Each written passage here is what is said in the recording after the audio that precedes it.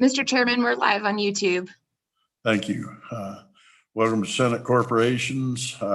Today we'll be taking up continuation of Senate File 102 and cooperative deposits and payments. Senate File 36 for profit, public benefit corporations. Senate File 62 extending the sunset date for the officer consumer advocate if time allows. Senate File 125 consumer merchandise sale, marketing and use protection. We're on a continuation of 102. Senator Boner, do you remember where we were at? We'd closed public testimony. Was that correct? Yes, Mr. Chair, I think we're getting pretty close. It might not hurt to, I don't remember if we closed public testimony or not, but it might not hurt to ask. Yeah. Chairman Driscoll, Yes. can we do the roll call? Oh, absolutely. Roll call, please. Thank you. Senator Boner, Here. Senator Case, Present. Senator Nethercott, Excused. Senator Scott, Excused.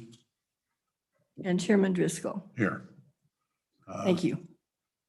And as a matter, I'll leave the vote open for them. They both have told me that they'll be in later, but we'll leave the votes open. So we're back on the utilities. Mr. Taylor, did you want to? Mr. Chairman, I was going to say, I think the state treasurer's office is where we left off. At the what? Okay. Also, I think Senator Nethercott had an amendment when he tried to track her down. Wow. Good. Bring a whole amendment, maybe. I'm not sure procedure, Senator Case. Can we lay it back until they get here where there's amendment coming and go ahead and work another bill? We could, or you can do whatever you want, Mr. Chairman. It could show up as a committee of the whole amendment if that's what we want to do, or however. Let's look at it that way. I'd like to get some bills out if we could. And so I think we'll just go ahead. But Mr. Robertson, I don't see him. And oh, I do. He's in the room. We'll have to let him in. Mr. Chairman, he's in the webinar now. Okay, back to my mic being on, all I can see is me. Welcome, Mr. Robertson, excuse me. Good morning, Chairman Driscoll and rest of the senators. My name is Jeff Robertson. I'm the administrator of unclaimed property with the Wyoming State Treasurer's Office. Thank you for the time this morning. Just like to start off and acknowledge the great work that our co-op do across the state. They do wonderful work, and that will continue through the years here too. I'm mostly here just to provide answers to any questions you may have, but I did have a couple of points in response to some of the testimony on Tuesday. And one thing was brought up that basically when the money gets turned over to unclaimed property, it really doesn't do anything. It just sits there. I'm sure you guys are aware, but for our listening public, just to kind of outline what unclaimed property does, our number one task is to relocate as much of the property as possible with existing owners.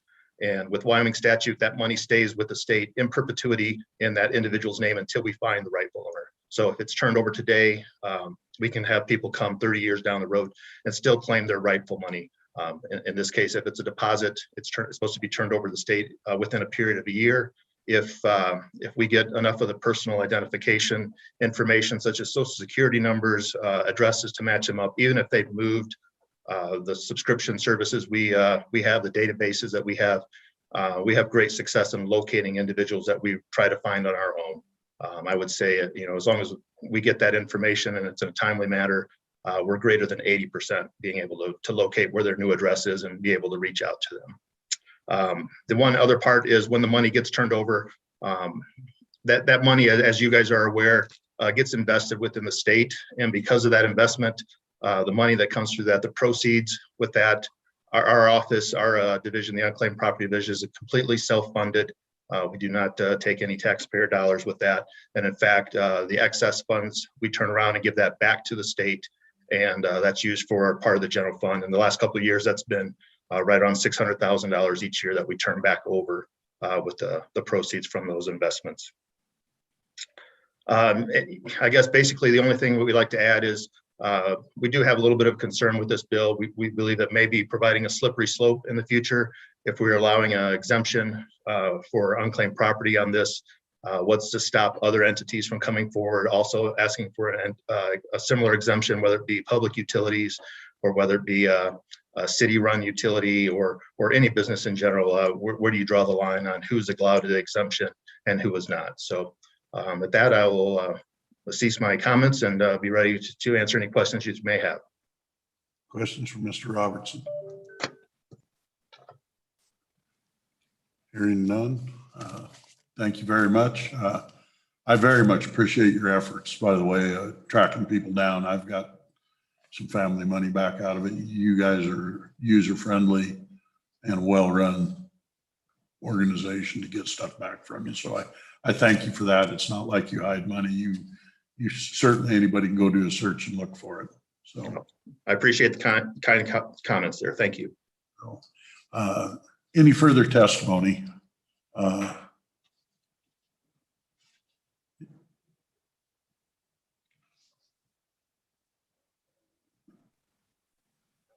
Did you have something, Amanda?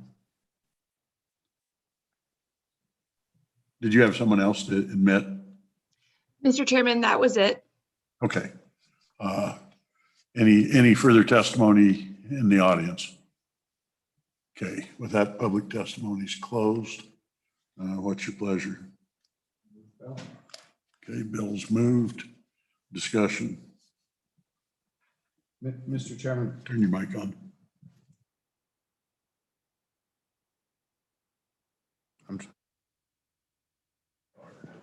Mr. Chairman, thank you very much. Mr. Chairman, I just wonder, would we do the same thing with other entities? I mean, I realize we have a nonprofit entity here, and I understand that, but we wouldn't think of taking like banks and saying, after 2 years, if you haven't claimed your bank account, the bank gets to keep it.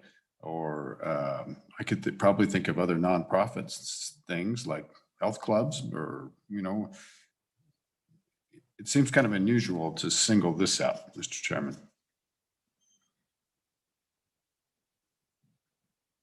Senator Bonner. Thank you, Mr. Chairman. Yeah, it is interesting to think about. It's, I think the fact that it is a nonprofit does help me personally. You know, it's hard to think of another situation. I'm sure there are other nonprofits, but you know, in this case, seems like there's always a need to invest in infrastructure, and they're already routinely paying out dividends to their members as part of their nonprofit mission. And that's why I feel at ease with this one. I was thinking about slippery slope arguments for us. You know, when we get to part of the slope we don't like, we just stop. So it's I always thought that was a bit of a logical fallacy. Sometimes we have to take these issues up on their own merits, and I think this one has merit. Thank you. I feel a lot the same, and being a part of a cooperative and the services they provide, it's not like it's rolling back into just an oddball entity. These are community owned and operated, and really it's and it may be going forward, they need to put a disclaimer on the deposits that that's what it's going to happen with them after a period, is, which I'd be happy to do that in the bill. It just says you sign off, and I don't know if that'd be all right with the folks in the back of the room, but mine is, I would rather expect on mine that I'd rather mine went back to my cooperative than it went to unclaimed property. And so with that, I'm in favor, and I'll proceed on it in that fashion. So further comments? Call for question. I think we're there. We're at the question. I am going to leave the vote open. So we're going to go ahead and vote, and I'll leave the vote open on it. Roll call. Senator Bonner, Aye. Senator Case, No. Chairman Driscoll. Aye. And so the vote will be left open on Senate File 102. And I do not see Senator Rothfuss, who's going to present the profit benefit. Are you texting him? Oh, see if I can get him, Mr. Chairman. Okay, we'll take 1 minute, and if not, go ahead, Matt. Hey, welcome. Matt Kaufman's here. Mr. Kaufman. please come up. I was looking for Senator Rothfuss. I was not looking at you, and you'd already told me you were coming.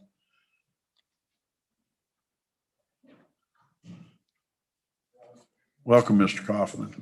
Thank you, Mr. Chairman. Good morning. Good morning. Senator Rothfuss, would you like to join Mr. Kaufman?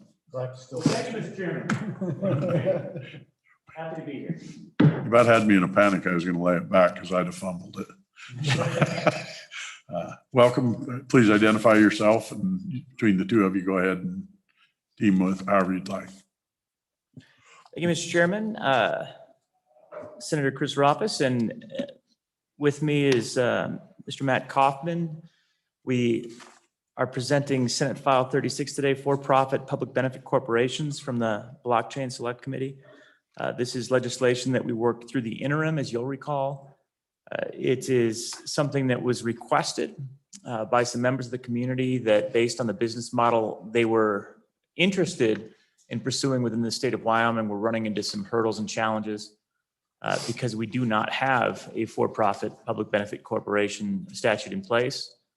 So based on that request, we spent some time looking into best practices around the country, and Mr. Kaufman spent some time trying to look to those other statutes and other systems for guidance on what best practices we should bring to Wyoming. And the result is Senate File 36.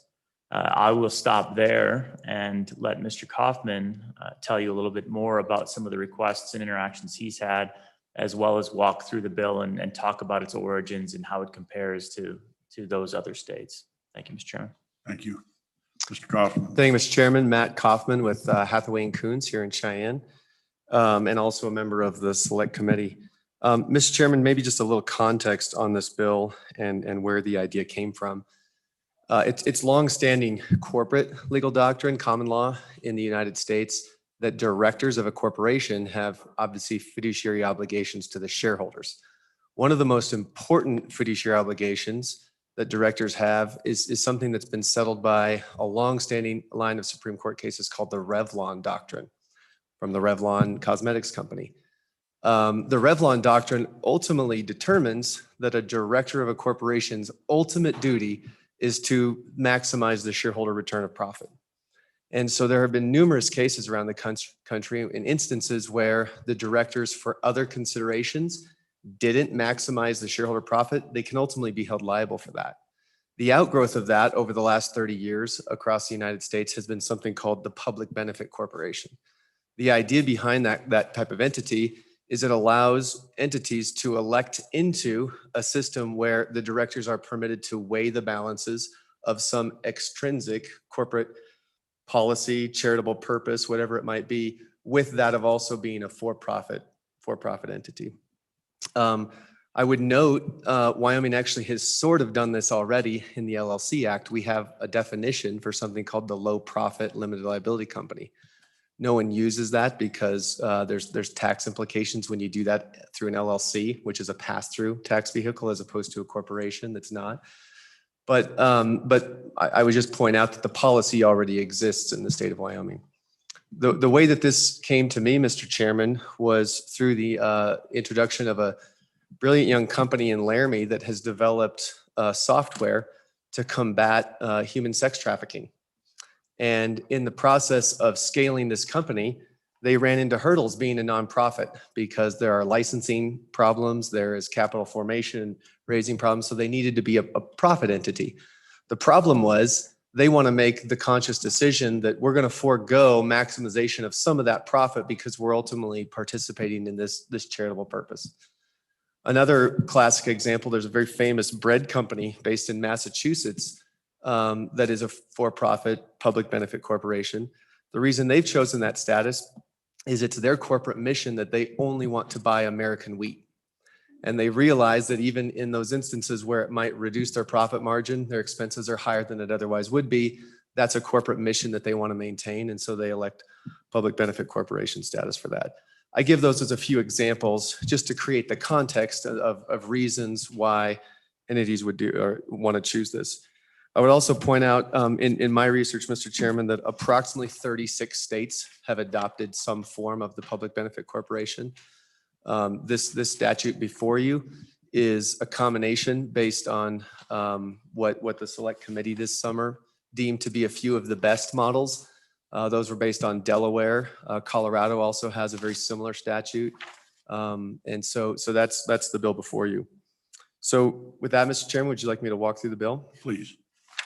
So the bill, very simply, Mr. Chairman, starts in section 1 by creating an entity in Wyoming that will now be known as the for-profit public benefit corporation. This is designed to be a supplement to our Corporation Act. It will in no way, shape, or form affect the underlying principles that are already contained within the Business Corporation Act. The definition of a for-profit public benefit corporation is outlined there. It is a for-profit corporation organized and subject to the requirements of this chapter and intended to produce a public benefit and to operate in a responsible and sustainable manner. I would direct the attention of the committee down to subsection 2, where it defines what possible public interests might be. Public benefits mean a positive effect or reduction of a negative effect on any number of categories. This is certainly not meant to be an exhaustive list of things that an entity might be interested in or I suppose policies that a company might take. But it could be artistic, charitable, cultural, economic, educational, environmental, literary, medical, religious, scientific, or technological. I would point out that definition is pretty consistent amongst all of the states that have adopted some form of the public benefit corporation. Moving on down to section 1731-103, this just sets forth the applicability of the formation for the public benefit corporation. All public benefit corporations do have to prescribe in their articles of incorporation, obviously, that they're going to be a for-profit public benefit corporation. They have to identify the one or more public benefits that they intend to promote. The name of the entity will have to include some designation that puts the public on notice that they are a public benefit corporation, similarly to what we already do with every other entity type that the state of Wyoming recognizes.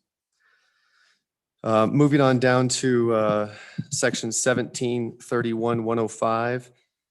This is a provision that's very common throughout all states that have adopted this.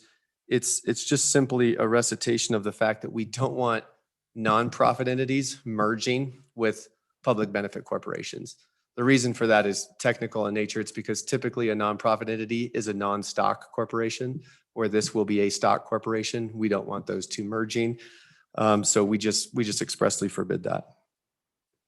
Section 1731-106 indicates that stock certificates have to contain a designation of a for-profit public benefit corporation. You'll notice, Mr. Chairman, that a lot of the policy orientation of a statute like this is designed to put both the public and any participants in the entity on notice that it's a public benefit corporation. We're just drawing the distinction so that people are aware of the differences between it and a regular corporation. Section 1731-107, Mr. Chairman, I would direct the committee's attention to. It's probably, in my estimation, sort of the meat of the statute, if you will. And this is what sets forth and delineates the duties of directors. What this section ultimately indicates is that these public benefit corporations are entitled to sort of establish those extrinsic policies that we talked about.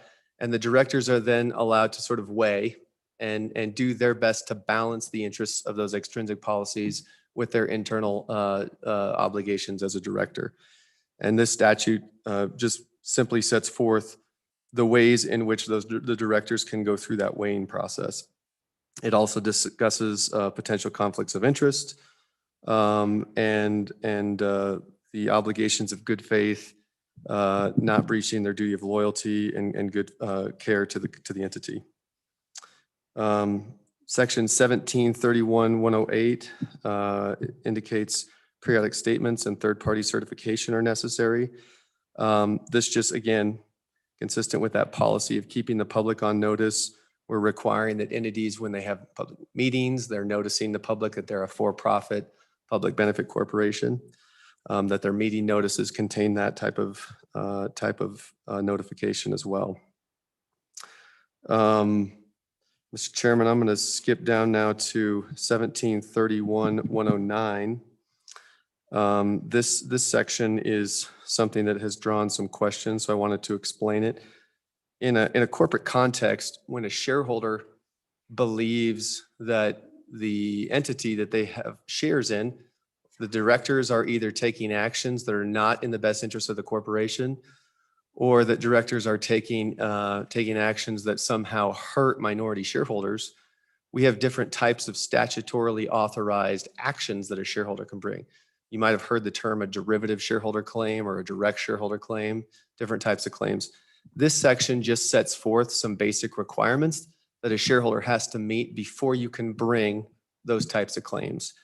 And the policy is very simple. It's just that you have to have at least 2% ownership of the entity, or if it's a publicly traded company, it has to have a market value of at least $2 million before you qualify for a derivative proceeding. The reason for that is pretty simple, and that is you don't want people participating in an entity that might have some co-charitable and for-profit interest, having some very, very minority stake in it and essentially forcing the entity into litigation through these corporate shareholder derivative actions. We did a lot of research on this provision, Mr. Chairman, and again, this to us seemed to be the best policy and the best fit with what we saw amongst all the states that have adopted the statutory structure. And then lastly, Mr. Chairman, section 1731-110, again, just reiterates in statute that this supplement is not designed or intended to in any way affect the underlying Model Business Corporation Act that Wyoming has adopted. With that, Mr. Chairman, that is the bill. I would reiterate again that I think one of the reasons I got excited about this bill, working on it with the Select Committee this summer, was the fact that we have positioned Wyoming as such a favorable jurisdiction for business entities, and we have a great selection of business entities. This, in my estimation, I think in the committee's estimation, is a noticeable whole. A number of states, like I said, about 36 states have some form of the public benefit corporation. We do not. And we think it would be a great supplement to those existing entities that we have. With that, Mr. Chairman, I'll stand for any questions. Questions? Senator Case. And it goes up. Thank you, Mr. Chairman, Mr. Kaufman, Senator Rothfuss, good to see you. So I think right here at this table, Senator Scott has probably been involved in many of the corporate rewrites of corporate laws in Wyoming. I know we've been together on a couple of the different versions. Usually, in essence, most of it is about adopting fairly uniform acts, throughout. We have a little bit we call home cooking, that and people like Tom Long and others, these fairly senior folks that worked on these bills. And I'm kind of noticing that this one is not Uniform Act because there are not that many out there, it's nice. We like to be pioneers in Wyoming. We truly do. We did the limited liability corporation. We were one of the first there. We were certainly the first to get the tax ruling by the IRS. So this bill came from where? And then I got some follow-ups. So, Mr. Chairman and Senator, there is not a uniform act that I'm aware of with respect to public benefit corporations. So, excuse me, again, this is intended designed, I should say, to operate outside of the Model Business Corporation Act. This is an alternative entity form. So there really isn't a uniform act. The structure of this bill was based on Delaware's act. And then, Mr. Chairman, I notice in I do understand the basis that directors are bound under this type of entity. And I also note that I see where on stock certificates that people investing in these companies must understand, at least the stock certificates represent that it's the type of entity. But if I'm reading this, the certificates, and we're being kind of archaic here talking about certificates, but we mean in general, it's about a disclosure So a disclosure to investors doesn't necessarily say what that means. I mean, it says you're investing in a public benefit for-profit corporation. And then that seems to be it. Do I have that much right? Yes, Mr. Chairman. Senator, you do have that correct. And you're right. In the requirements for these types of entities, we're asking them to denote in their articles that they're electing to be a public benefit corporation. We're denoting that any public meeting notices that they put out have to denote again that they're a public benefit corporation. And then as you suggested, yes, in the stock certificates, again, you have to remind people. You're correct. And I suppose I don't want to call it archaic, but maybe the old fashioned even structure of using stock certificates. Mr. Chairman, for what it's worth, I would suggest, quite frankly, most companies aren't using stock certificates anymore. But the idea is the same. But I would also note, Mr. Chairman, that it's no different than how we currently treat LLC interests, partnership interests, for-profit corporation interests. It's expected of entities to, again, put the public on notice of what type of entity they are, right?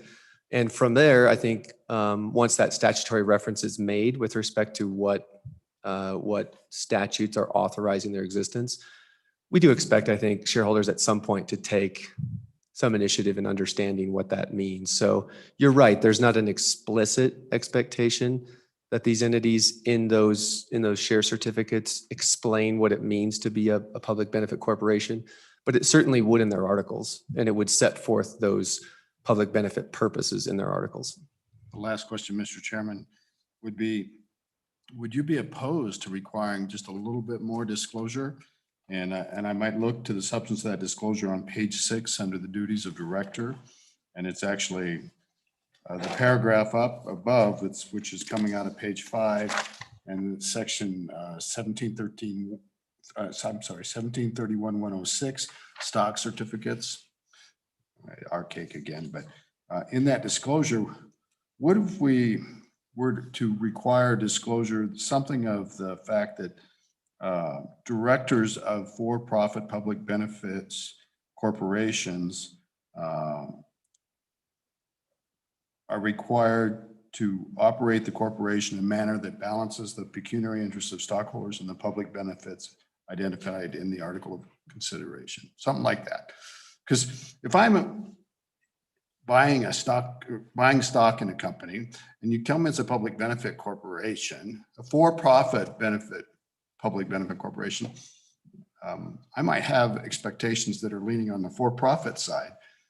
You might, as directors, have expectations that are leaning on the public benefit. And if we actually disclosed that the directors are able to balance those interests in whatever the disclosure is, whether it's on the certificate or not, would you be okay with that? It's something I'm thinking about.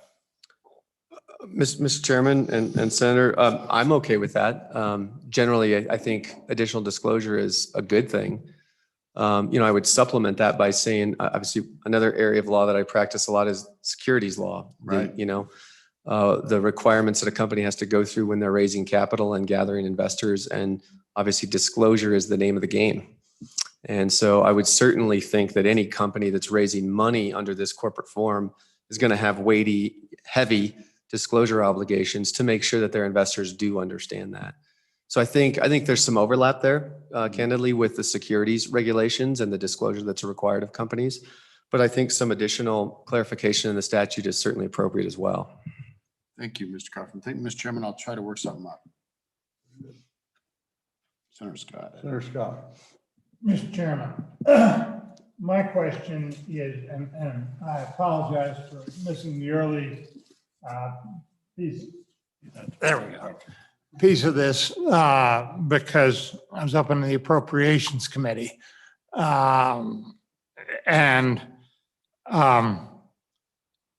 It seems to me a key section in this bill is the one starting on page 6, the duties of directors.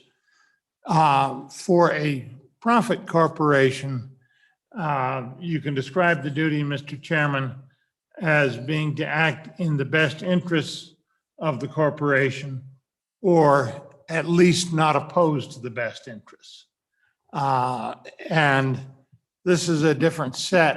And Could you elaborate a little bit on the difference between what we find that standard of duty in the for-profit corporation and what we're seeing here? Absolutely, Mr. Chairman and Senator, and I'll go back to what I initially started with today. And again, sorry that you missed it, but what I was explaining is some of the context behind this ability for directors to balance those interests comes from a longstanding set of common law doctrine in this country, a lot of it based on something called the Revlon doctrine. And what the Revlon doctrine stands for in US Supreme Court, and as far as I know, all states have followed the Revlon doctrine, is that in a for-profit company, at the end of the day, the director's ultimate duty is to maximize shareholder profit. The Revlon case was an instance of a company exit, of a company sale. And what occurred was that the directors of the company opted for a slightly lesser deal because it fit better with some of the policy, personal decisions of the directors. A number of shareholders sued and said, well, your obligation as a director is to maximize those profits for us. Now, granted, this is in a publicly traded company context, but the law is still the same. And so again, what that ultimately means for directors is, and we've had litigation of this nature in Wyoming, what it means for a director is, well, absolutely, you're right. Your obligation is to act in the best interest of the company. When it comes to a shareholder and what the shareholder's perspective of a director carrying out that duty is, that maximization of shareholder benefit or profit is a top tier obligation. So what a statute like this does is it allows an entity to elect into a statutory structure where the company itself can make a decision and the directors can choose what I refer to as an extrinsic purpose, whether it's charitable or public benefit, however you want to call it. And now the director's duty is an obligation to balance both the for-profit mission with that interest. I gave an example. I'm sorry, I gave an example at the outset of a company, a very famous company in Massachusetts that's a bread company. They elected to be a public benefit corporation because in their company's mission, they want to only buy American grown wheat. And so they understand that if in a given year, based on commodity prices, that might affect their bottom line, they're making that decision to purchase American wheat regardless. And so that's an example of a way that the public benefit corporation is being used. Mr. Chairman, thank you. Yes. Mr. Chairman, what I'm really trying to get at is we've modified those duties slightly from what you typically find by saying the director has to act in the best interests or at least not opposed to the interests. And what I'm trying to figure out, do we still have that concept here, or is this just taking that same concept and carrying it a good deal further? Mr. Chairman and Senator, yes, these duties still include those duties of good faith, the business judgment rule, all the same types of duties and obligations that a director would have. This takes it one step further, though, and now allows that balancing of interests with that extrinsic purpose. Good question. One, part of the committee, obviously, and I thought it was just not a very great idea when I started. You guys did a nice job making me realize the value. It also is one more in the toolbox. We were talking about how many states, you said around 38. I think it fits in clearly with the mission of Wyoming to be business competitive. With that statement, now, is there a means for an existing corporation to roll into this the way we're set? Let's take, for example, because I know one that operates exactly like you're talking. I'm a family corporation. Our ranch is owned. It's a C Corp. We don't necessarily maximize profit. And I hate to tell you, it's a family corporation. And we don't always move in a way to maximize profit. And I think for us, I'd love to turn ours into this because we make family decisions that obviously if someone got upset at some point in time, we're not following what we're supposed to be doing from what you've told me. And we've done it for 100 years now. So is there a means to roll in from this, or do you have to reform a corporation? Mr. Chairman, this is not legal advice because I don't know the specifics of your family corporation, but yeah, under 1731-105, it explicitly acknowledges that you can have a merger of a traditional for-profit entity with a public benefit. We just make the exclusion that we don't want that occurring with nonprofit entities, as they're typically non-stock entities. But yes, Mr. Chairman, I think logistically, the way that would most likely happen is you would form a new for-public benefit corporation and merge the old one into the new one. Okay, thank you. Further questions, committee? Thank you. Good job. Mr. Chairman? Senator Case. If I might ask, what do you view the benefits of this to Wyoming? Thank you for the question, Mr. Chairman. I view the benefits as many. So first and foremost, again, this is an area I practice in. I form dozens of entities a month. This is let me back up for a second. There's a movement, I should say, in venture capital right now for something called social venture, right? And that idea is that people like investing in and people like building companies with some type of a social purpose. Now, I don't necessarily always agree with what their social purpose is, but the fact of the matter is this impact investing, or this idea of investing in companies that have a mission that you believe in, is very, very popular. In order for Wyoming to continue to attract new startups, growth, I think that an entity like this supplements our existing entity roster, and it doesn't at least preclude it. I gave the quick story of the startup that I represent based out of Laramie. A young woman, very brilliant, has developed some software that is designed to help companies and organizations detect if human trafficking is occurring within their bureaucracy. Incredible software. She tried to go at it as a nonprofit, had a heck of a time getting licensing deals as a nonprofit, decided she needed to be a for-profit, but would really prefer to be this, because again, she has investors ready. She has people that are interested in the business model, but allowing her to have a social purpose, fighting human trafficking while also being a for-profit is a perfect fit. So, Mr. Chairman, I think the fundamental answer is, obviously, it's an opportunity for the Secretary of State's office to maybe get some more filings. I'm under no illusion this is going to be huge revenue, but I think the larger purpose is it helps broaden that economic diversification base that we're always talking about. I think it helps us stay current with respect to the different types of entities that companies are using to raise capital in, and it keeps Wyoming competitive. Thank you, Mr. Coppin. Thank you, Mr. Chairman. Further questions, committee? Thank you. Do we have any more testimony from the public on this? Come on up.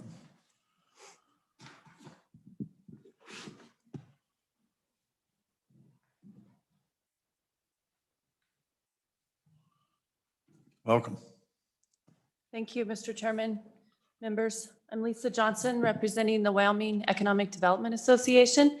And one of our priorities is to advocate for tools and resources that help businesses become more competitive. And we think that the benefit corporation could be a very useful tool for community and economic development by encouraging new private sector investment, and it'll help meet community needs and capture market opportunities. You've heard that more than 30 states have this form of legal entity, and we've learned that all the states around Wyoming, with the exception of South Dakota, have enacted this type of legislation. I'd like to talk about one other advantage of how this type of entity could help Wyoming, and that is through attracting and retaining talent. There was a Forbes article that talked about the trends in corporate responsibility, and it said, the movement toward creating corporate purpose as a way of inspiring employees and engaging customers is a guiding force behind a company's operations and its social responsibility.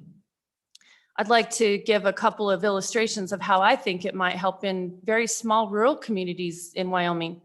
And, this is a new concept, but I would like to explore if it could help with succession planning. And then also, we heard from a previous testimony about the the bread company that bought local or American wheat, we're familiar with another industry in Wyoming, and probably a lot of industries in Wyoming that just struggle with the reaching economies of scale due to our location. So I think this could help local communities in attracting talent and succession planning and helping companies be more successful in a rural area. All right, thank you.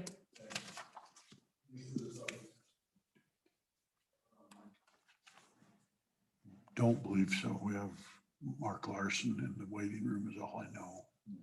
I'm guessing he's not on this one. So, okay. With that, public testimony is closed. Committee, what's your pleasure? I'll move the bill. And move discussion. Mr. Chairman. Senator Scott. Mr. Chairman, this is something Mr. Chairman, this is something we need to do just to stay competitive in the business of getting corporate filings. I'm a little embarrassed that we haven't done it already. Mr. Chairman, I would propose an amendment. If that's okay, I would go to page 6. Welcome. Okay. And what I'd propose to do, Mr. Chairman, is go to page 6 on line 4, after the word chapter, the third line in, and I'm looking to see if, I got this right, but insert after the word chapter before the period. And let me read it first.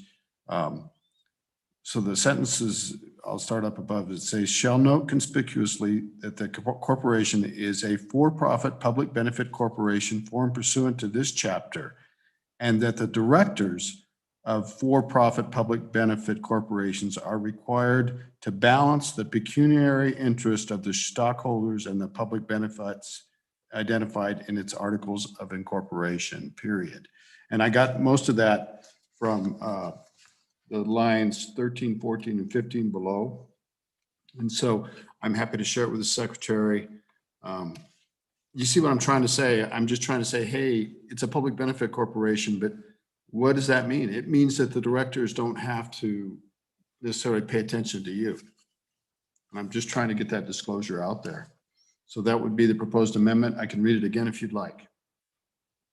After on line 4, after the word chapter before the period, and that the directors of the for-profit public benefit corporation are required to balance the pecuniary interest of the stockholders and the public benefits identified in its articles of incorporation. I think if there are any issues with that. I'm good with it. Committee? Senator Scott? I'll break out a little. Senator Rothfuss, Mr. Kaufman, you're okay with it? Okay. You want to go ahead and move it? I move it. Been moved. Any discussion? All in favor, say aye. Aye. Amendment is passed. I'll help Judy with the amendment too. Correct. Okay. That's, yeah, we won't put Judy in a panic on it. So with that, we're back on the bill. Any more discussion? I tend to side with Senator Scott very closely on this. One, we need to stay competitive. Second, I really do think we have probably numerous corporations in Wyoming that are in existence that will benefit from this, because in truth, we do it. Shareholders just don't sue us. But in truth, I think an awful lot of companies are already doing this in practice. So I think it's a good one, and I thank them for bringing it. Call for the question. Senator Scott, did you have something? Mr. Chairman, I'm looking at the language on page 7, lines 5 through 7.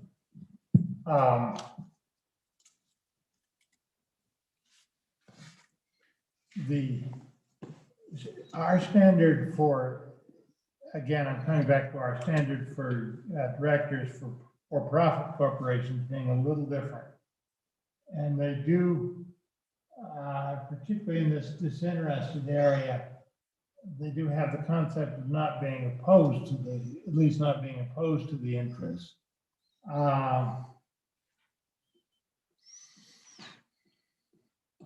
I'm wondering about the word disinterested here.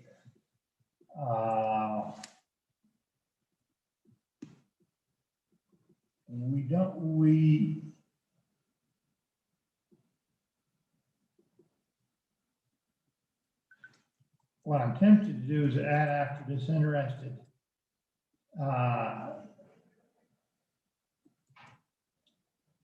To add the words or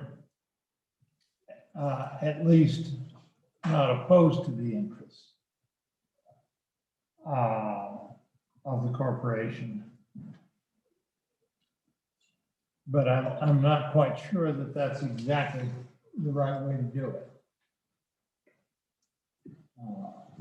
Can we work with the idea, maybe bring it as a committee of the whole or Yeah, a second reading? Because, I suspect with education recalibration, I'm not going to do that. okay. Perhaps we can work outside with Mr. Kaufman and Senator Rothfuss and work on some language. I suspicion they're not opposed to the idea of it. And I think this is a place where we could be just a little looser and make us just a little more attractive. I'm in agreement, and I think they would be as well. Is that all right with you? That's all right. If I have a brainstorm. Well, if you do, write it down and I'll bring it. I'm happy to carry it, or Senator Rothfuss can carry it. So, Well, I don't mind carrying it, but I got to figure out what I want to carry. okay. So with that, unless you've got something, I think we're to the point, we're at the end of the testimony. Do you have anything to say? You're on the committee. Welcome, Senator Nethercott. Thank you, Mr. Chairman. Thank you, members of the public. I was in another committee doing another bill, and I serve on the select committee on blockchain, so I'm familiar with this bill, and I support this bill and know the amount of work and stakeholder feedback we had on this. So looking forward to voting aye. Senator Nethercott, we've had one amendment on it that has passed that inserted some language into disclaimers on page 5, Senator Case.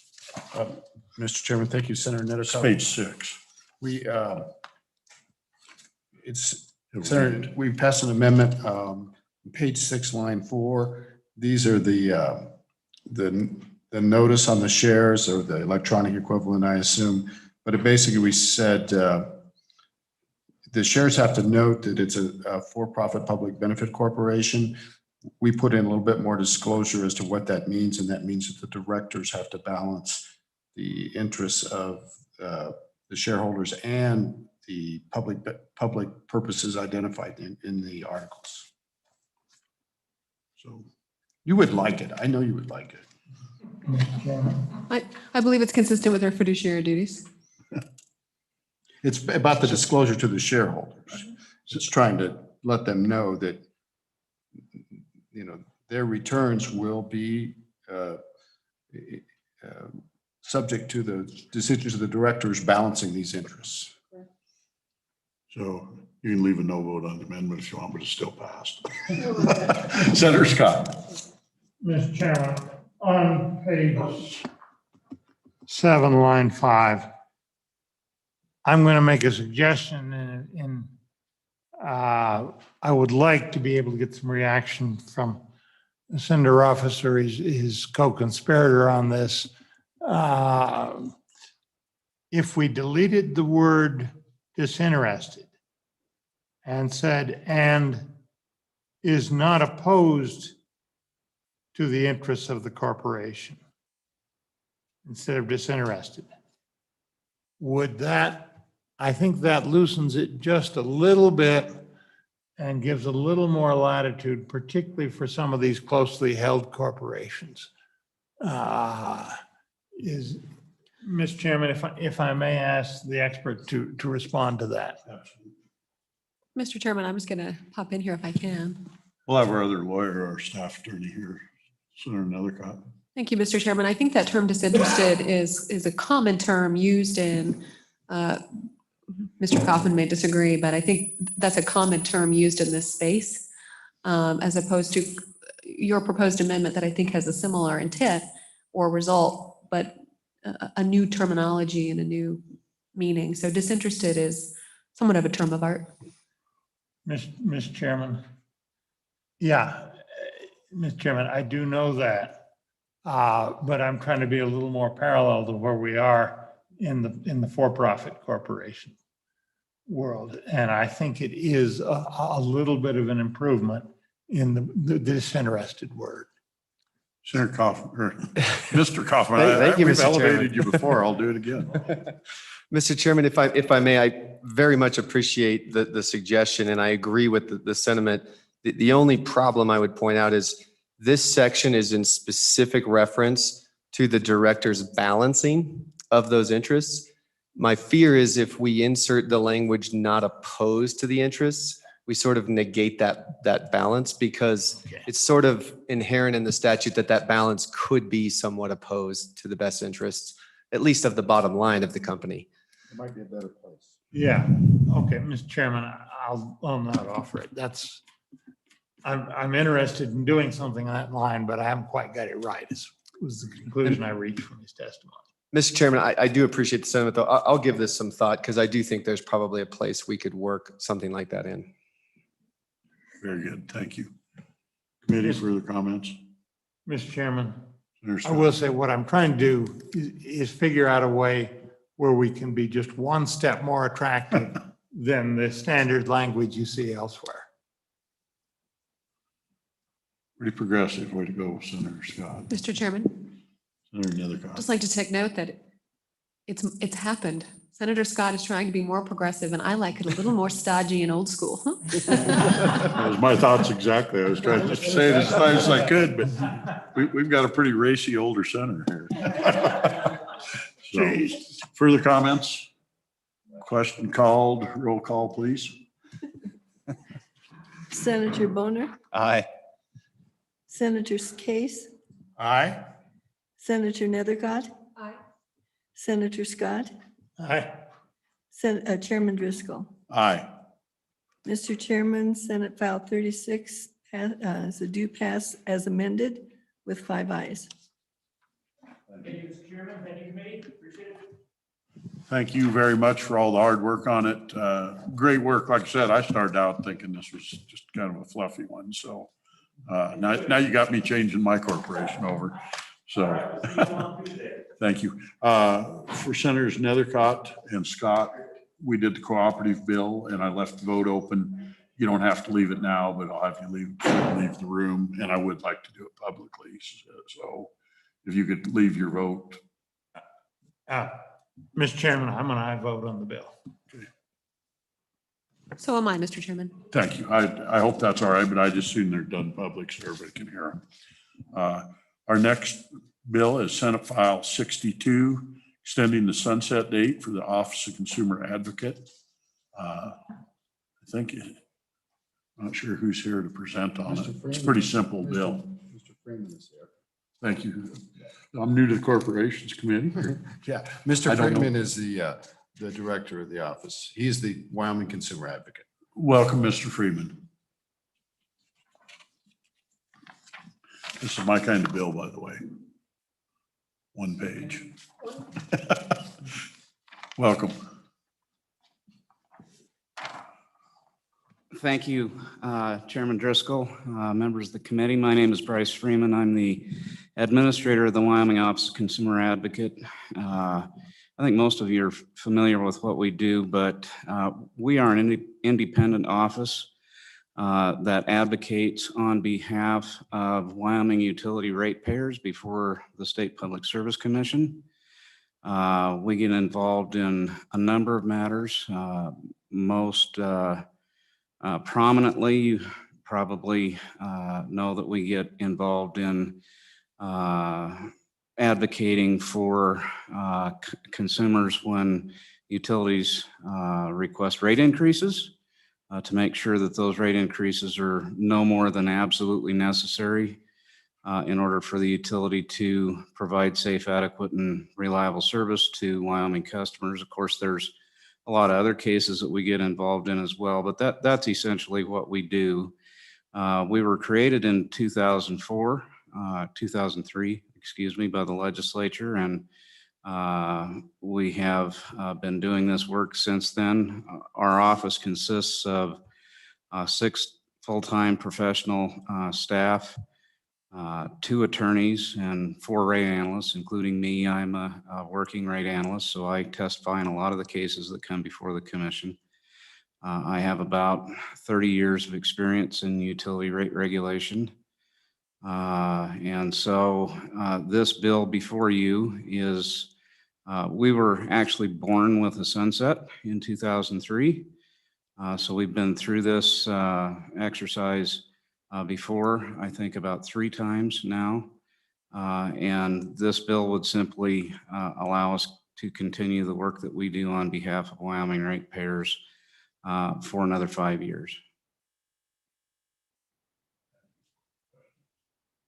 Is there another comment? Senator Scott, thank you.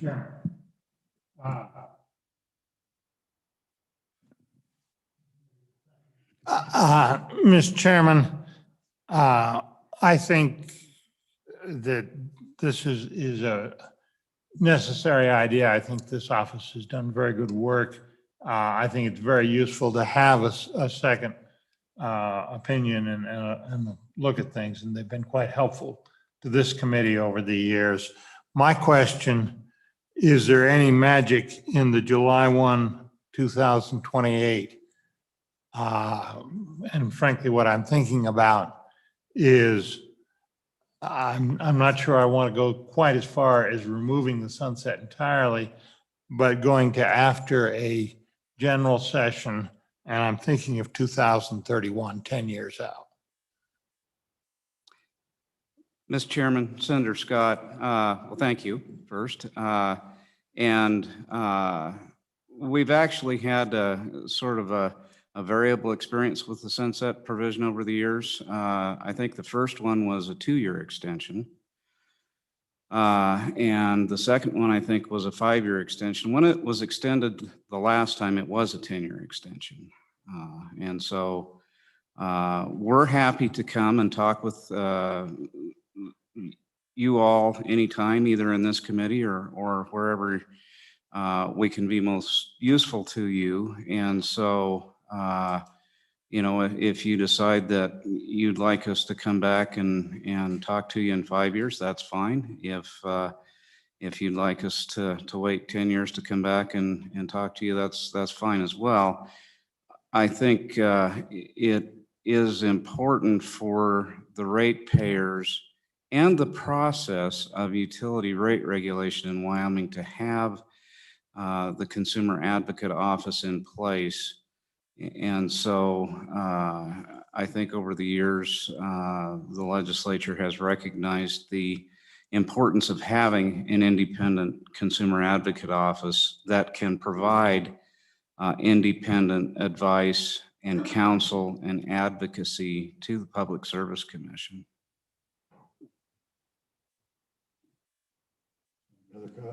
Thank you, Mr. Chairman. I'm a little troubled at the practice of the sunset date. I think that provides a lot of instability for the Office of Consumer Advocate and for the ratepayers. I mean, this requires highly sophisticated subject matter experts in the area of utility regulation and in navigating the public and their concerns. And this committee certainly has seen some of those challenges and the level of skill set that's required to do both of those things simultaneously. And if we're going to attract the type of talent that we have been afforded so far with the Office of Consumer Advocate, we need to be very mindful about what message we're sending of an agency we're asking people to serve at the level that they must when it might only be available for 2, 5, 10 years. That's just the wrong message. Let's not forget the additional burdens we've just shifted to them and the Public Service Commission, but really it's the Office of Consumer Advocate on Senate File 16, where we really passed the buck, and a number of other significant issues of it, which this committee is well aware of. So I certainly support the bill of extending the sunset, but I am disappointed that there is a sunset at all. Mr. Chairman, if the committee sense of the committee is such that we wanted to change this to say that WS 37 to 404B is repealed, that would get rid of the sunset date.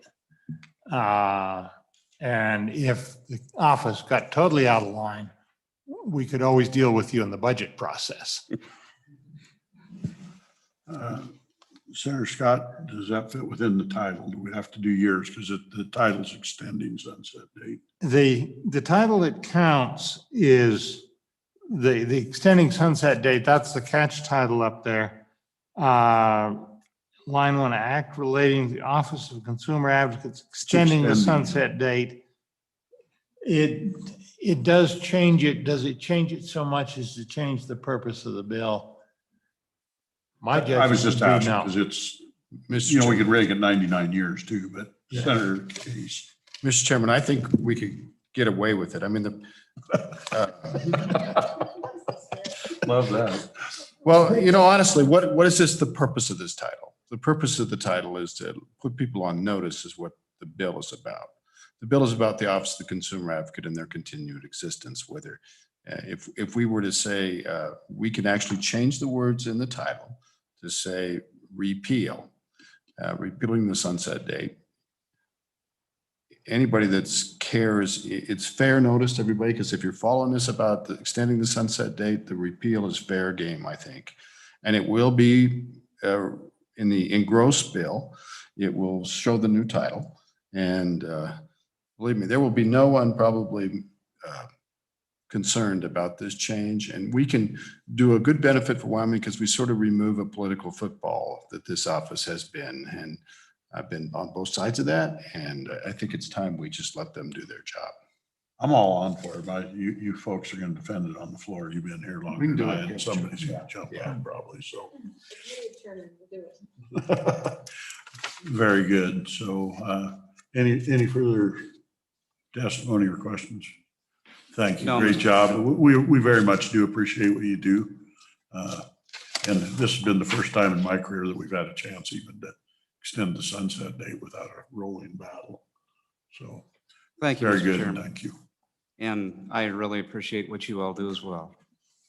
So, Mr. Chairman, I think what we would do is just to, on line 2, strike the word extending and change it to repealing. And on line 7, section 1, we would just say 372404B is repealed. Would you agree, Senator Scott? I would. Mr. Chairman, and then you would also delete lines 9 through Exactly. 12. Right. I think we got it. So we're good. We need to see if we got any more testimony first.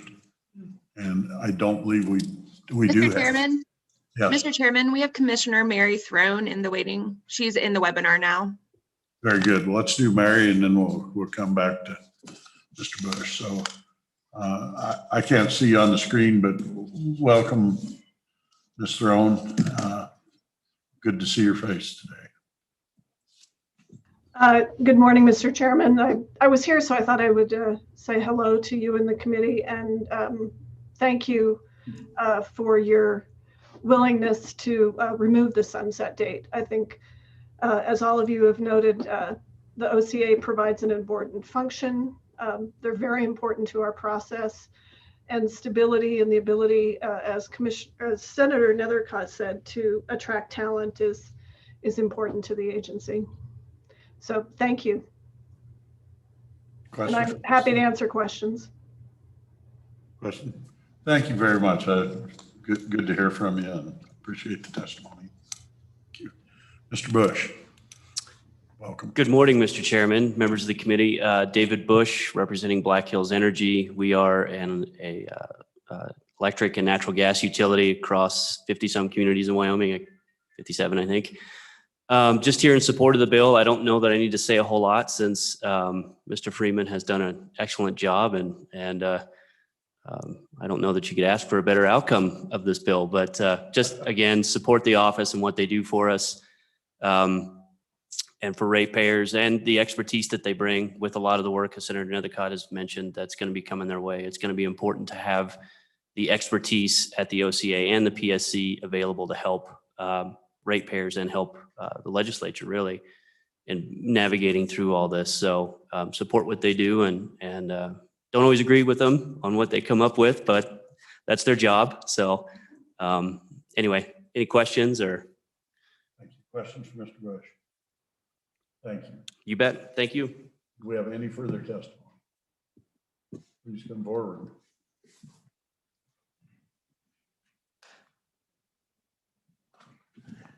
Welcome. You should have been at the head of the list. Thank you, Mr. Chairman. Danny Ayer, representative from House District 19. For a good share of my career, I was on the opposite side of the OCA. And I also was in the utility business long enough to be around before they were created. And it created a real difficult situation where they weren't a separate entity from the Public Service Commission. Made it difficult for them to really have any opposing views. But as has been stated, I think you're on the right track here. I believe eliminating the sunset date is the right thing to do because it is a very valuable and important function that they serve, and it does require a high degree of technical skill. And as Senator Nethercott mentioned, to attract that skill, I think you need some stability, and so the motion to repeal this, I think, is a good move. And I'll stand for any questions. Question, Representative. Thank you. I apologize. I wasn't realizing you were on this bill because we generally have our colleagues testify first. That's fine. So I didn't plan to testify when I was just going to sit in, and then I thought, well, I might as well add my input. Thank you. It's always welcome. So, any further testimony? Okay, public testimony is closed. What's your pleasure? Move the bill. Who wants to be the hero and move the amendment? Senator Case. I would move the amendment, Mr. Chairman, which would be on line 2, to change the word extending to sunsetting. I'm sorry. Repealing. Repealing. I'm sorry. I can't read my own writing. And that is always a problem for me. And on line 7, striking the words is amended to read and just say is repealed. And then deleting lines 9 through 13.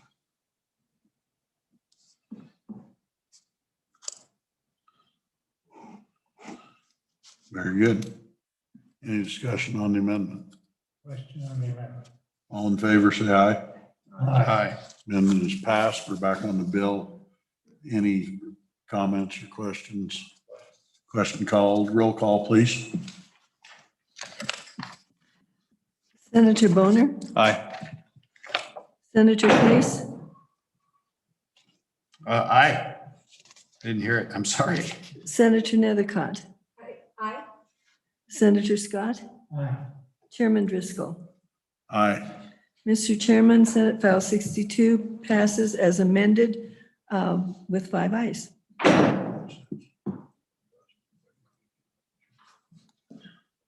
Next up is Senate File 125, Consumer Merchandise Sale, Marketing, and Use Protection. Senator Cooper, welcome presenting a bill in front of corporations.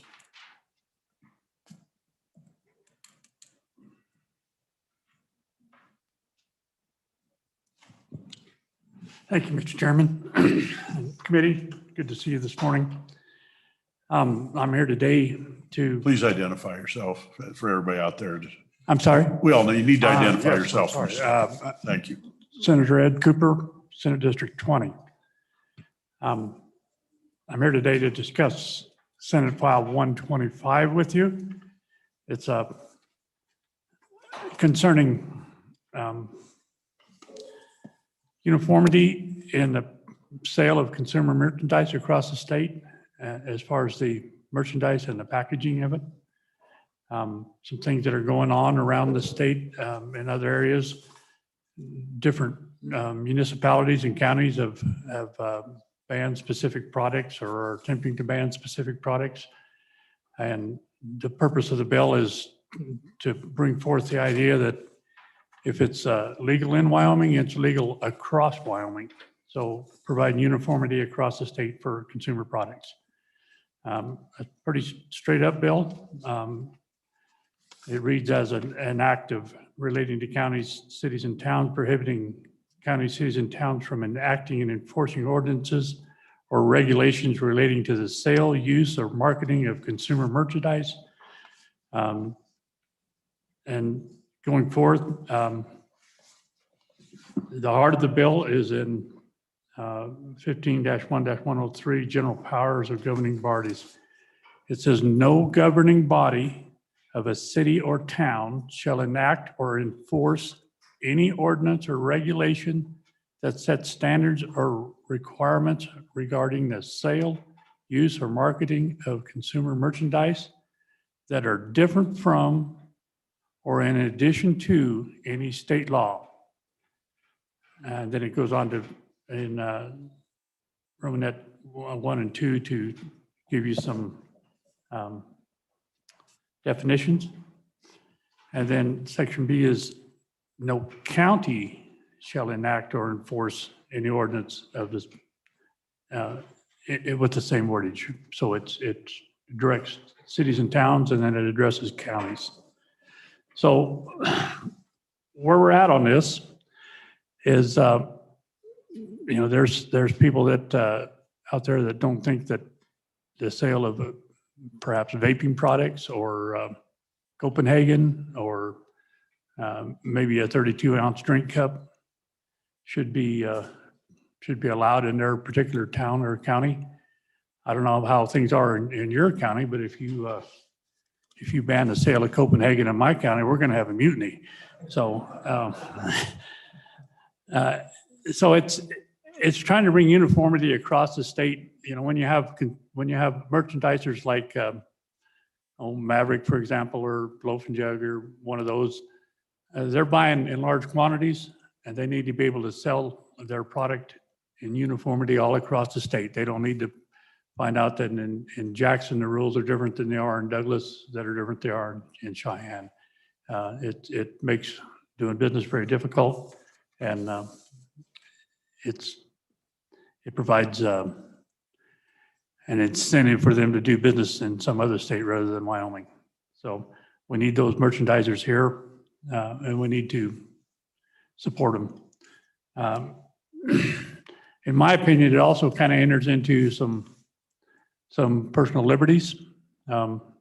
If I choose to go buy Copenhagen and it's a legal product in my state, I'd like to be able to go and buy it. I don't think that my mayor or my city council has the authority to tell me I can't if it's legal in the state. And so it has to do with personal liberties as well as uniformity. So there's some deeper set things in here in my mind, but that's the bill in general. The idea is to bring uniformity in the products and in the packaging. Packaging side, if it's single-use plastic bags or plastic straws, some of those, this is Wyoming still, some of those rules and regulations become, in the words of a colleague of mine that I respect very much, they're just silly. So they don't belong in our business. They don't belong in our state. Thank you very much. Question for Senator Cooper. Senator another colleague? No. Any questions? I'm sorry. I stand for questions. I'm watching people's hands on their mics and calling on them. Fools rush in, Mr. Chairman. I didn't say it. Senator Cooper, thank you. I share a lot of the sentiments here. I truly do. Wyoming is a place where home rule for municipalities is pretty firmly established. There's a guy, I think his name was Rudolph, who was a professor at the University of Wyoming Law, and he wrote a book about local government law in Wyoming. And home rule is not absolute in Wyoming, but it is pretty far down in the establishment. I don't know all the legal tenets, but what that means is that really cities, especially cities, have the ability to have a little extra powers to determine things within the city. Counties don't have so much power, as I understand it, in Wyoming. So this kind of jumps right in there. So I would expect that, and it's okay, legislature gets to make decisions like this, but I would expect it would be contested perhaps by Wyoming Association of Municipalities and others. And so I've taken it, you've talked to them, and what do they say about this bill? I fully expect that they'll be on here today to visit with us, and as well as some other folks on the consumer side. I'm anxious to hear the argument on both sides. So, Okay. Senator Scott. Mr. Chairman, what I'm looking for is the unintended consequences of this. I think I generally approve of what the bill is trying to do. Is this going to be, I would think it wouldn't have any consequences in the liquor area because that's governed by a set of much more specific laws. But something like fireworks, would this mean that a city or a county could not ban the sale of fireworks, for example? I don't have that answer, sir. I'll find that out for you. Senator Cooper. Senator Nethercott. Mr. Chairman, thank you. What about smokable hemp products, Senator Cooper? Is this a trap? It is. It is. You don't have to answer. Again, if it's legal in Wyoming, it should be legal across Wyoming. I've got one question is what the bill doesn't anticipate it. We already have towns that are banning some of this. Is the bill in any way going to be able to deal with this? Because I do know we've got some towns that have bans on consumer products in place. And is this going to grandfather them in? Or is it going to repeal them? Because I do think it needs dealt with if you're going to go all the way with it. I'm not sure I understand the question, Mr. I hate to say a whole lot, but I'm sure that you can't get a plastic straw in the city of Jackson is my guess right now. Yeah, Mr. Chairman, I think if I can, I think. Thank you, my lawyer. The question is, how will this bill impact those communities that have already enacted these types of restrictions? What happens, particularly, I think Teton County, which restricted the use of multi-use or single-use plastic bags. And so what happens there? Are they required to repeal their ordinances? And those merchandisers or retail outlets that have moved to be responsive to that ordinance change, how will they deal with this legislation? I'm not prepared to answer that if you want to know the truth. But I will, if that's the question, I'll look into that further. So very good. Great answer. Thank you, Senator Nethercott. My lawyers always speak for me. Further questions for Senator Cooper? Thank you very much. You bet. Who'd like to come next? Welcome, Mr. Moline.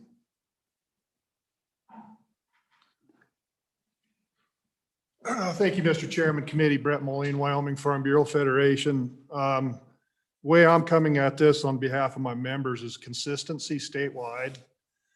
I'm looking at some of my members that are, doing some of the farmers market, the different products, that to have a consistent marketing or consistent packaging statewide would really help facilitate these smaller businesses. Rather than having to have potentially 23 different types of containers, depending on what county they would go to, that if they could just buy one container that would work in all 23 counties, that would help some of these smaller businesses cut some of their input costs and know that wherever they go, whatever they're carrying it in is going to work for them. And with that, Mr. Chairman, I don't know how they would have to package smokable hemp, but we'll work on that issue if it ever becomes legal. With that, Mr. Chairman, I would sit for any questions. Any questions for Mr. Moline? Thank you. Thank you, Chairman Committee.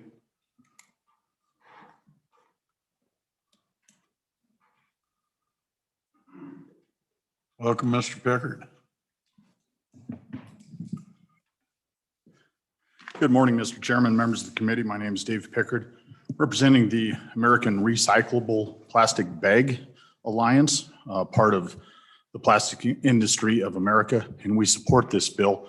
We have seen this legislation in several states. I think there's about 22, 25 states that have passed this type of legislation in order to prevent a patchwork of local ordinances going into effect that really cause an issue within commerce, especially in the fast food industry.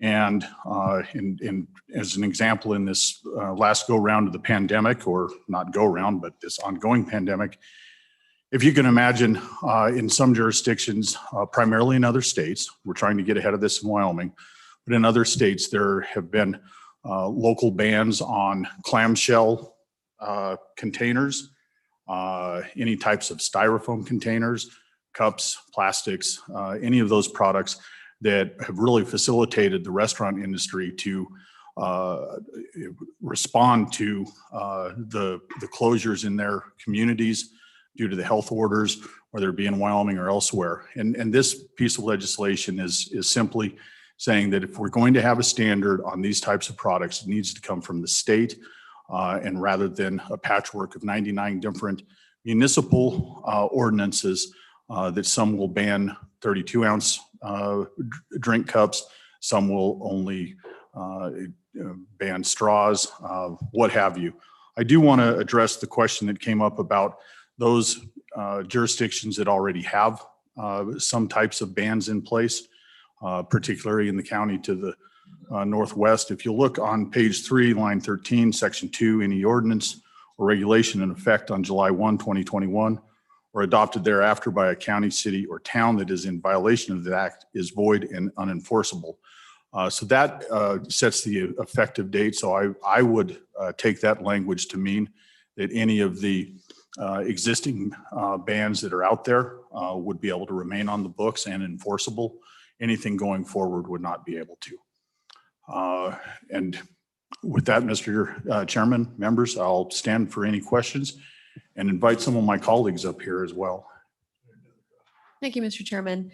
Thank you, Mr. Pickard. And I appreciate you representing the plastics industry, really, in essence. You know, obviously the way to prevent this type of legislation, either through ordinance and the patchwork that is so concerned, is what the industry is doing to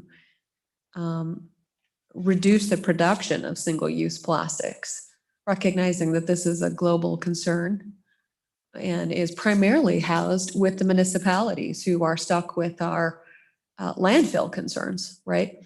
And recycling programs and how all of that meshes together. So what is the industry doing to change how it's producing single-use plastics? Mr. Chairman, Senator Nethercott, I appreciate the question. You know, the industry itself is heavily involved in recyclable production and the promotion of recycling those products. Absolutely trying to reduce any of the waste that is out there that goes into the inappropriate waste streams, if you will, that exist. You know, they're working vigorously to combat the proliferation of, especially in the oceans and all. And Senator, I'll have some follow-up information to you after the meeting as well. Mr. Chairman, as I'm looking at the bill, if the cities and towns and counties are prohibited from banning these consumer merchandise, but although container is defined, I don't see it used in these prohibitions. And I'm thinking that with that, if you're seeking to keep them from say, banning use of plastics or something in containers, this doesn't get the job done. And I would, since you seem to be concerned with that container area, would invite any comments that you or the sponsor or somebody else might have on that issue.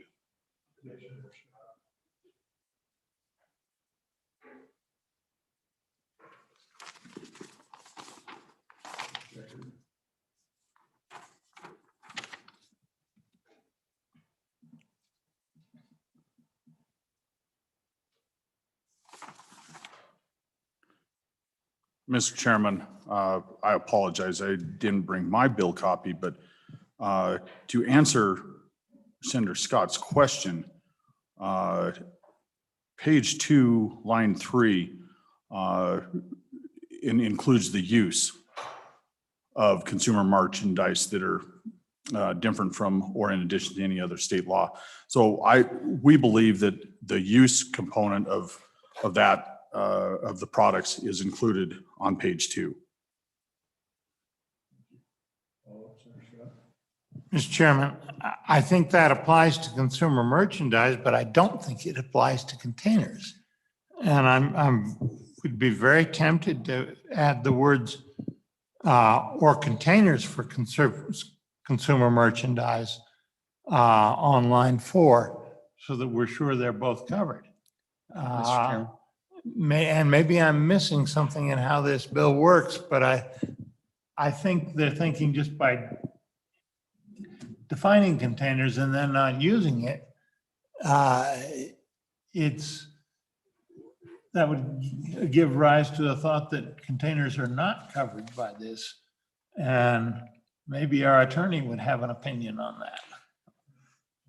Well, I'm certainly not an attorney, but if you look on page or line 10 of page 2, the container is contained within the definition of consumer merchandise. So I would defer to my colleagues' experience, but if you have a definition within definition, perhaps that's the intent to cover. Okay, we may be all right then. Okay. Further questions? Thank you, Mr. Chairman. Mr. Mosier, you're up and moving.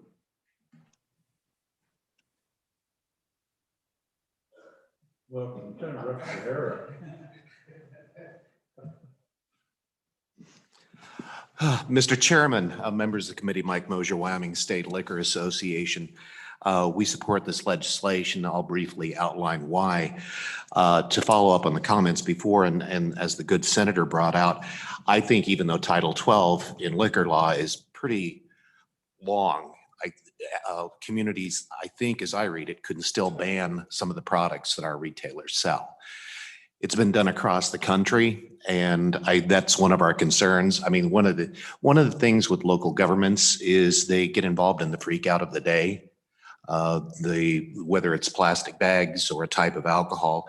A couple examples. I mean, with the city council, if you end up with a vegan city council, heaven only knows what's going to happen. I mean, the Copenhagen would be the least of your concerns. But in the world of alcohol, municipal bans in particular, have been prevalent across the country on different products. It used to be high proof products. That used to be the freak out mode. And then some of you remember a product called Four Loko, which was a higher proof malt beverage, and there were municipal bans, there were state bans. I mean, everybody's going nuts, and it turns out it really didn't turn out to be a big deal because it tastes basically like if cough syrup and Bud Light had a baby. It was miserable, and that's why it didn't sell. It was not a big deal. It was just the fad. And and I'm not throwing stones at people that do this because I've done this myself. Some of you were around when I was running around with my hair on fire about AWOL, alcohol without liquid. It was powdered alcohol. You could put it in water, and then you could also inhale it in your lungs like a bong. And so we were freaking out because, oh my God, the zombies are going to be wandering the earth. Dogs are going to be marrying cats. The very fabric of our society will be rent asunder. And so we had a Senate file. It passed to ban this horrible thing, and got in the House and it died. And I was honestly really concerned about this because I could see the repercussions. Well, guess what? Nobody liked it, and it went away, and nobody even knows what it is anymore. And so that kind of thing, especially in the areas of our products, where emotions can run high and sometimes myth exceeds reality, of like the myths about energy drinks combined with alcohol, that can happen. And so for that reason, we support this legislation, because when emotions run high, sometimes bad decisions are made. So with that, committee, I'll be glad to take questions. Well, Mr. Chairman, I do recall that debate about the bill about powdered alcohol, and I will point out that that was the only time that alcohol was consumed legally on the floor of the Senate while we were in session. And as soon as the bill was passed, we cleaned it all up. Mr. Chairman, I believe it was a good senator from Laramie who actually whipped up a batch to show everybody how nasty it was. And indeed, I heard it was.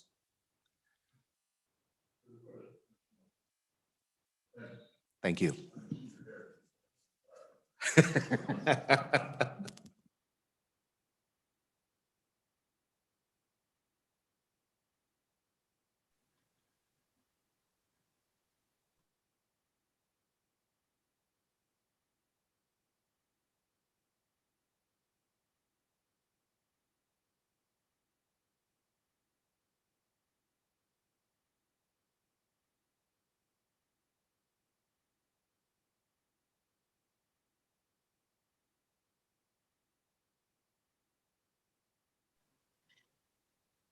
Mr. Chairman, if we can get the mic on.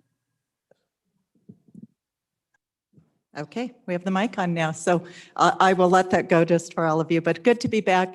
I'm Charlene Murdoch. I am representing the Wyoming Federation of Business and Industry, which is a coalition of chambers of commerce across the state. We have chambers from all four corners of the state and communities throughout. We represent about 5,000 businesses. So I do not know how I could top Mr. Mosier's testimony in any way. He always has such flair and good testimony around products. So I will just say that we are watching this bill with concern. Certainly our businesses want to be sure that they have the freedom to market their products and sell their products in a manner that meets consumer needs. And as Mr. Mosier said, most consumers make that decision for a business, whether a product is viable or not viable. And we just would, I think for business, less regulation is better. My first inclination is to say we're opposed to this bill. I have not talked to all of the chambers about it by the time the bill hit, and we've not had another conversation with them. But we tend to fall on the side of less regulation. And I think that when you have local regulations that are conflicting with one another, that can be very confusing for businesses. I'm also representing the Wyoming Retailers Association. I have not talked to them about this bill, but I did talk to them not long ago about health orders, and they were telling me that in the regulation of health orders and the way the health orders were coming out county to county, that was very difficult for them to be able to implement and be able to keep up with. So I'll just offer that, and if the bill goes through, I'll just say I'll try and come back to you with more information. All right, thank you.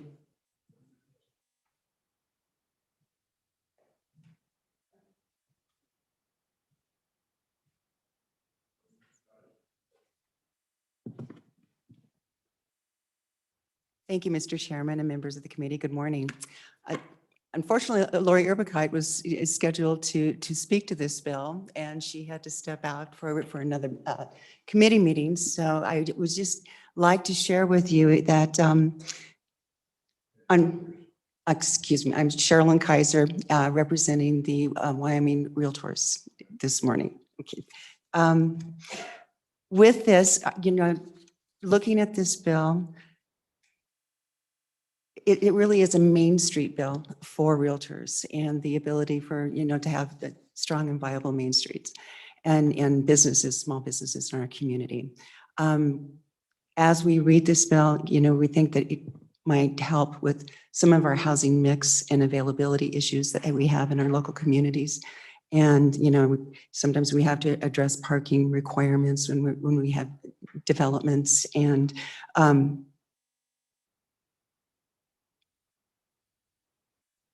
we believe that the bill provides for kind of a continuity, and we're looking for continuity within the communities. And so with that, Mr. Chairman, we just stand in support of the bill. And if it moves forward, we'd like to provide, additional testimony. Thank you.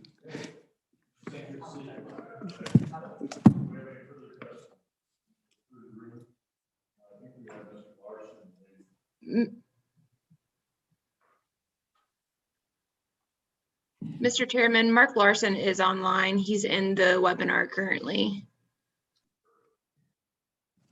Welcome, Mr. Larson. Welcome. We can see you and I think hear you now. I hope that doesn't ruin your day, Chairman. Mark Larson with the Wyoming Petroleum Marketers Association and Convenience Store Association. Mr. Chairman, I got my second shot yesterday, so I hope to see you all very soon. The Petroleum Marketers and Convenience Store Association support this bill greatly. If there's an industry that has suffered the abuse of the patchwork of regulations across the country, it's the convenience store and grocery store industry. When we look at what the consumers are wanting, we're very sensitive to that in the convenience industry. And to Senator Nethercott's comment, when we don't like plastic bags as much as anybody right now during COVID, though it's probably the most expedient product to use. But I will tell you that one of the things that most of my convenience stores are looking at is returnable bags with their logo on the bag, and they bring it in. And if they bring that bag in and don't use plastic, we give them a free cup of coffee or a discount on other food and products. So we're very sensitive to that. Along those same lines, we are very sensitive to consumers in Teton County who said we don't like plastic straws. So one of my members, larger members up there, has a convenience store gone into paper. So we listen to the consumers, but we certainly don't want local governments telling us how we can react to the consumer wants and needs. And we do support the bill, and I'll stand for any questions.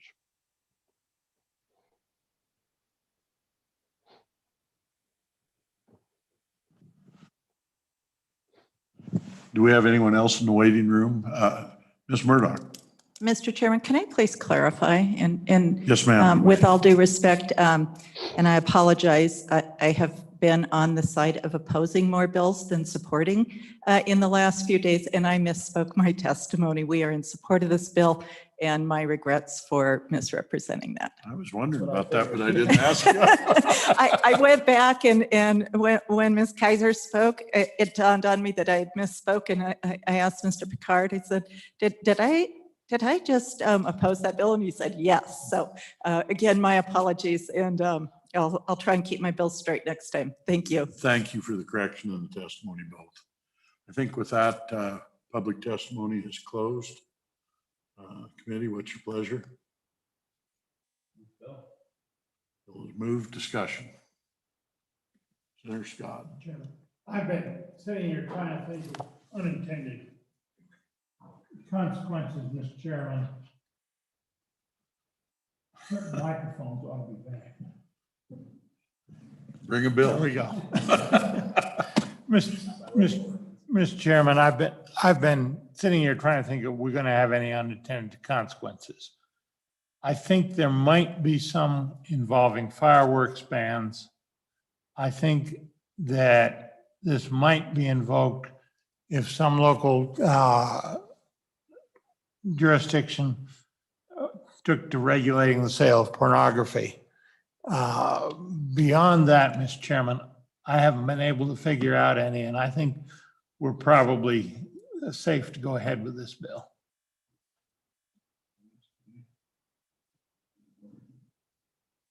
I just point out, it might be my recollection, maybe it's varies by county, but most counties would just ban the use of fireworks, not necessarily the sale of them. And Might cause some issues in the neighboring county if they don't have such a ban. But yeah, I think that there's other areas or ways for local governments to address safety concerns and threats to life and property.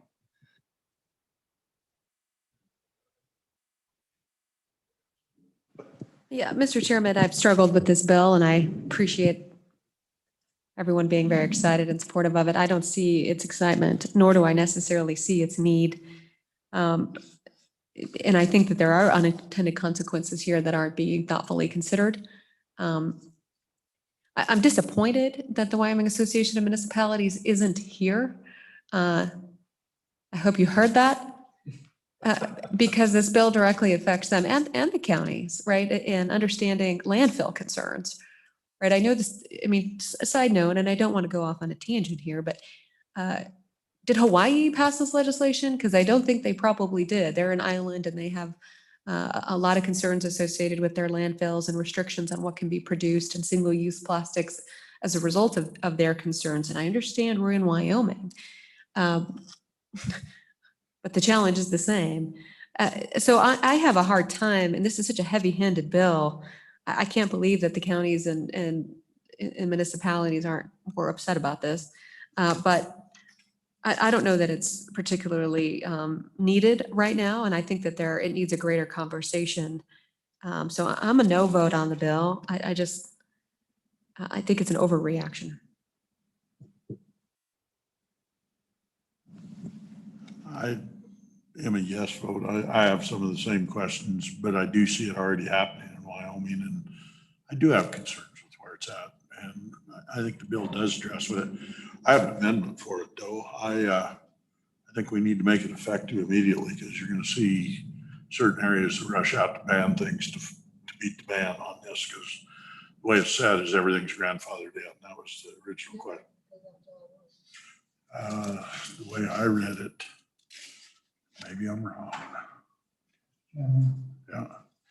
On any ordinance or regulation in effect on July 1 or adopted thereafter.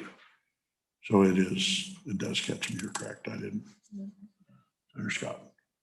So I have no amendment. So further discussion. Question called on the bill. Did you have a question? Roll call, please. Senator Bonner, Aye. Senator Case, No. Senator Nethercott, No. Senator Scott, Chairman Driscoll. Aye. Mr. Chairman, Senate File 125 passes with 3 ayes and 2 noes. Thank you, committee.